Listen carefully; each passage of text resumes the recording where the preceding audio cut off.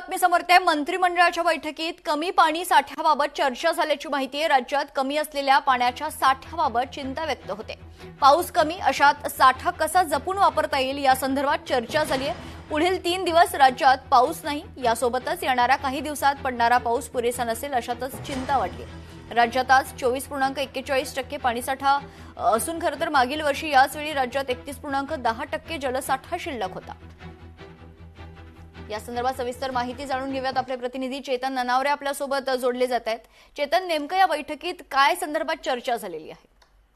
निश्चितच, कारण अल निनोचा प्रभाव जो आहे तो आतापासूनच आपल्याला जाणवायला लागलेला आहे आणि म्हणूनच आपण पाहत आहोत की जवळपास अर्धा जून महिना संपला तरी पावसाने अद्यापही राज्यात दडी मारलेली आहे आणि पुढचे आणखी 3 दिवस राज्यात पाऊस पडणार नसल्याचा जो हवामान विभागाचा अंदाज आहे तो दिसून येत आहे आणि म्हणूनच येणाऱ्या काही दिवसांमध्ये पडणारा जो पाऊस असेल तो पुढच्या मे महिन्यापर्यंत पुरणारा नसेल आणि अर्थातच जून मध्ये आणि मे मध्ये नव्हे तर एप्रिल पासूनच आपल्याला दुष्काळाच्या झळा राज्याला बसू शकतात। आणि याच संदर्भात आजच्या राज्याच्या कॅबिनेट बैठकीमध्ये सविस्तर चर्चा झालेली आहे आणि जो आता शिल्लक असलेला 24.41% पाणीसाठा आहे तो कशा प्रकारे अधिक काळ वापरता येईल आणि इतकंच नाही तर येत्या काळामध्ये जो पडणारा पाऊस आहे तो कमी स्वरूपात जरी असला तरी त्याचा साठा कशा प्रकारे वापरता येईल त्यासाठी जलसंधारणाची जी कामं आहेत छोटी छोटी ती तात्काळ वॉर फुटिंगवरती मार्गी लावण्याचे आदेश आहेत ते मुख्यमंत्र्यांनी दिलेले आहेत, जेणेकरून कमी प्रमाणात जरी पाऊस पडला तरी मोठ्या प्रमाणात जे वाहून जाणारं पाणी आहे ते साठवून ठेवता येईल आणि त्याचा वापर येत्या काळामध्ये म्हणजे येणाऱ्या उन्हाळ्यामध्ये आपल्याला वापरता येईल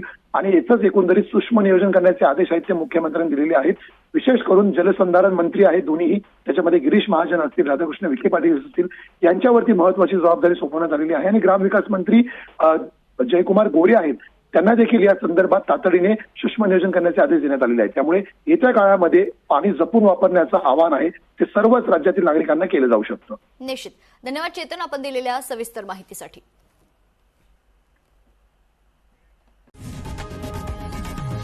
लोकशाही मराठी ऐका, पहा, जागरूक रहा।